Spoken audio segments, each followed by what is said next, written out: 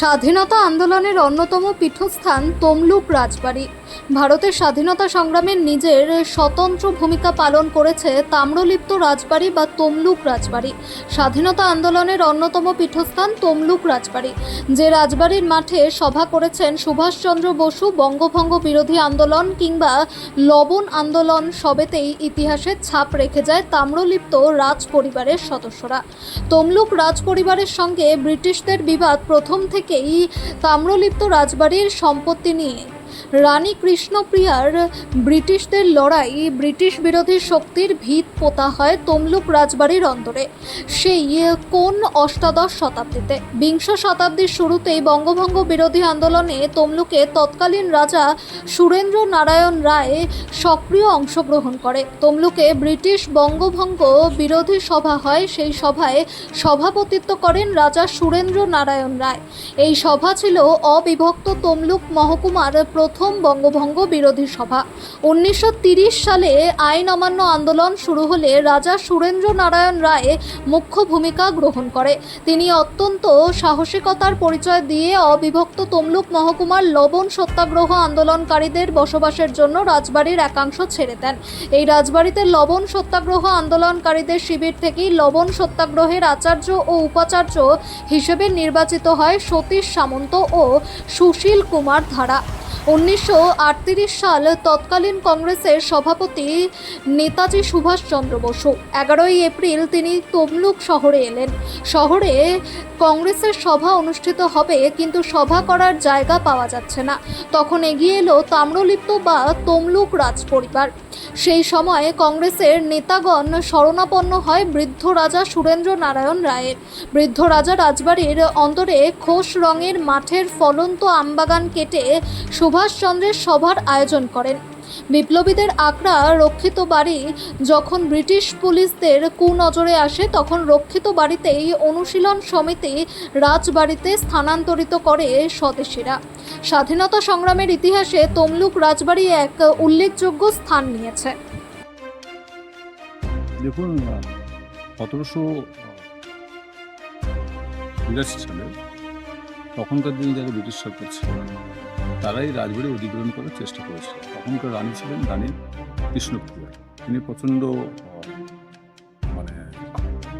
তেজস্বী রানী ছিলেন, প্রচণ্ড সাহসী রানী ছিলেন। তিনি ইংরেজদের কথা শুনতে নারাজ এবং ইংরেজরা যে সিপাহী এবং যে সেনা পাঠিয়েছিল, তাদেরকে রানী কৃষ্ণপ্রিয়ার যারা সৈন্য ছিল তাদের সঙ্গে প্রচণ্ড যুদ্ধ হয় এই রাজবাড়ি মাঠে, তমলুক রাজবাড়ি মাঠে, তাম্রলিপ্ত রাজবাড়ি মাঠে। সেই যুদ্ধের ফলে যেটা হয় যে প্রথম রাউন্ডের যুদ্ধে রানী কৃষ্ণপ্রিয়া জিতে গিয়েছিলেন। পরবর্তীকালে ইংরেজরা আরও সৈন্য নিয়ে আসেন মিদনাপুর থেকে এবং অন্যান্য জায়গা থেকে, এবং রানী কৃষ্ণপ্রিয়া পরাজিত হন। রানী কৃষ্ণপ্রিয়া পরাজিত হওয়ার পরে তাকে ইংরেজরা তার রাজ্যত্ব কেড়ে নেন এবং রানী কৃষ্ণপ্রিয়া এই ছোট্ট এই রাজবাড়ির এই পরিসরের মধ্যে থাকেন। কিন্তু তার যে জমিদারি, সেই জমিদারিরা ইংরেজরা সুকৌশলে নিলাম করে দেন। এবং তখনকার দিনে রাজস্ব নামের একটা পদ্ধতি ছিল, একটা খাজনা নদীপথে যেত আর একটা খাজনা ঘোড়াতে করে রাস্তা দিয়ে যেত।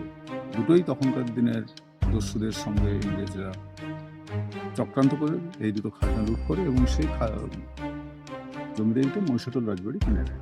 এইভাবেই তমলুক রাজবাড়ির প্রতি দুর্দশা নেমে আসে, যার ফলে তমলুক রাজবাড়ির সঙ্গে ইংরেজের একটা চিরকালের লড়াই ছিল এবং সেই লড়াইটা আরও বেশি করে প্রতিফলিত হয় যখন স্বাধীনতা সংগ্রামের ইতিহাস শুরু হয়।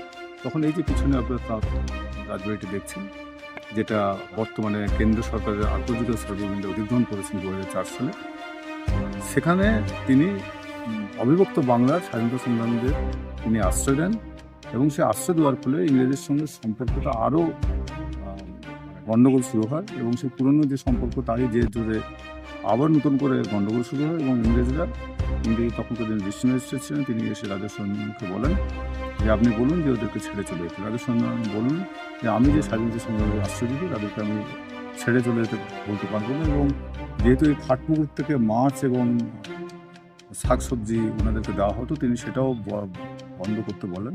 এবং এরকম পরিস্থিতিতে 1938 সালে 11 এপ্রিল নেতাজি সুভাষচন্দ্র বসু তিনি তখন ছিলেন কংগ্রেসের সভাপতি। তখনকার কংগ্রেস সভাপতি মানে ভারতবর্ষের রাষ্ট্রপতি যারা হতো তাদের, এবং তারা নেতাজি সুভাষচন্দ্র আসেন এবং এখানে আপনারা যে দেখতে পাচ্ছেন খোসরং বলে একটা জায়গা, তখন আমাদের এখানে আমবাগান ছিল, এবং গোলাপ বাগান ছিল, সেইটা রাতারাতি কেটে রাজা সুরেন্দ্রনাথ নেতাজি সুভাষচন্দ্র বসু ওখানে সভা করার জন্য ব্যবস্থা করে দেন এবং সেই হ্যাজাক, তখন তো লাইট ছিল না, হ্যাজাক দিলে সভা হয় এবং তখনকার দিনে কয়েক হাজার মানুষ সেই সভাতে অংশগ্রহণ করেছিলেন।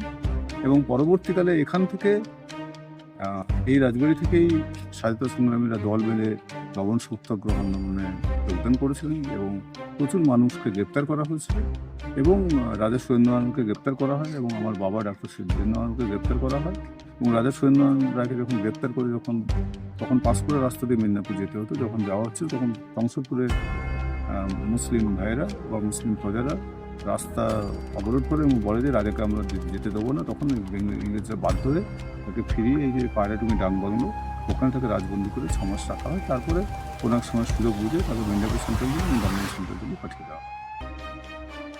এই যে গৌরবময় ইতিহাস, এই ইতিহাসকে স্বীকৃতি জানিয়ে কেন্দ্র সরকার আজাদি কি মহোৎসব যে হয়েছিল তাতে রাজা সুরেন্দ্রনাথের নামে এবং ডক্টর ধীরেন্দ্রনাথের নামে দুটো স্পেশাল কভার পোস্টার বের করে এবং এই রাজবাড়ির নামে একটি স্পেশাল তারা স্পেশাল পোস্ট করে তারা বের করেছে।